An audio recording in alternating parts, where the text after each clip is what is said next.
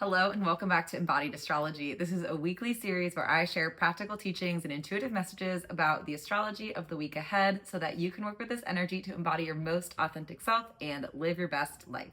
Tons of great new energy to work with this week. We are starting off Leo season. Mercury retrograde is finally ending and the nodes are changing signs. So I have 3 messages of what the astrology of this moment means for us. Let's dive in. I was so excited to receive this message on behalf of all of us, which is get ready to feel more like yourself again. On Wednesday, July 22nd, we have the sun moving into Leo, and then the following day on Thursday, the 23rd, Mercury stations direct. So there is this energy that I'm getting about kind of the fog lifting. We're shaking off the cobwebs and we're starting to feel more shiny, more playful. I get the sense that we're going to feel a resurgence of creativity and kind of just feeling like we're coming out of this shadowy, reflected period that Mercury retrograde offered us, which was very important. And I think we all learned a lot. It just really feels like we are individually and collectively getting out of some sort of rut. We are firmly in the summer season and it's time to start acting like it and having fun and letting our hair down and just like having a good time. The second thing that this week's astrology wants to remind us is that when it comes to emotional and relational matters, to move slowly and compassionately. Mercury retrograde officially ends on Thursday the 23rd, and then the day after that, Mercury and Venus go on to have like a really helpful interaction. I get the sense that a lot of us had some really important realizations, reflections, breakthroughs over the course of Mercury's long retrograde through Cancer.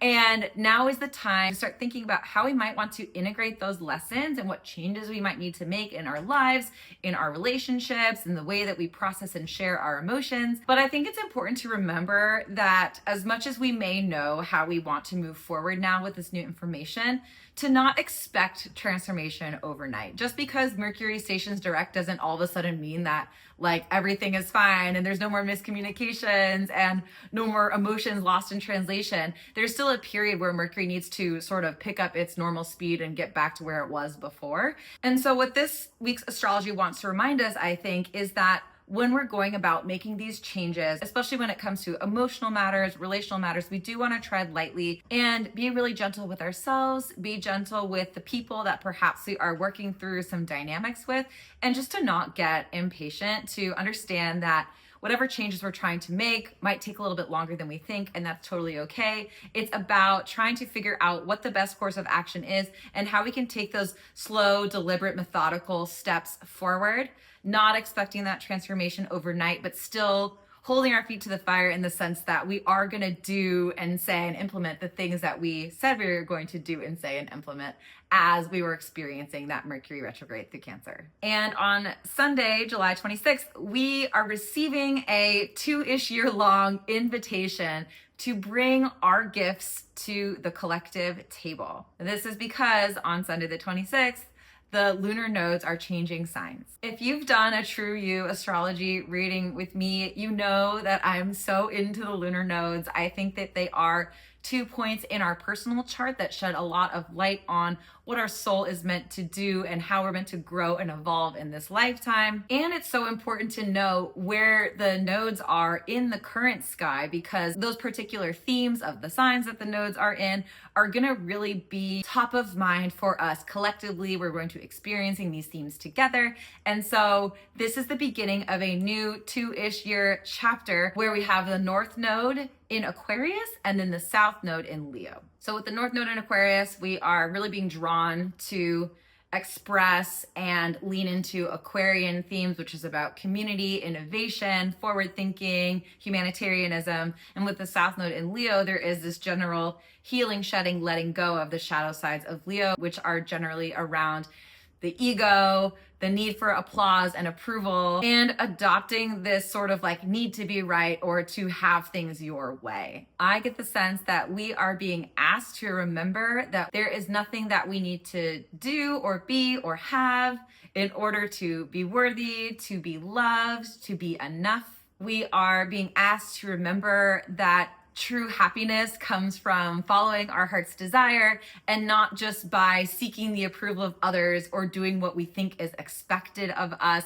not being afraid to take those alternative paths, to embrace our authentic selves and how we might be a little eccentric or weird or out there. It's an invitation to let go of any scarcity, kind of like greed or self-centered mindset, and remember that the more we can be generous with ourselves and generous with others, the more that the abundance and prosperity is going to flow back to us. This is about learning how to pour into ourselves and celebrate ourselves and our unique gifts and talents and abilities, while also learning how to heal the ego, to not get too wrapped up in our own melodramas, and to really reconnect to the fact that we're all connected. We need each other, and we need each other in all of our eccentricities, our uniqueness, because together we all weave a collective fabric that is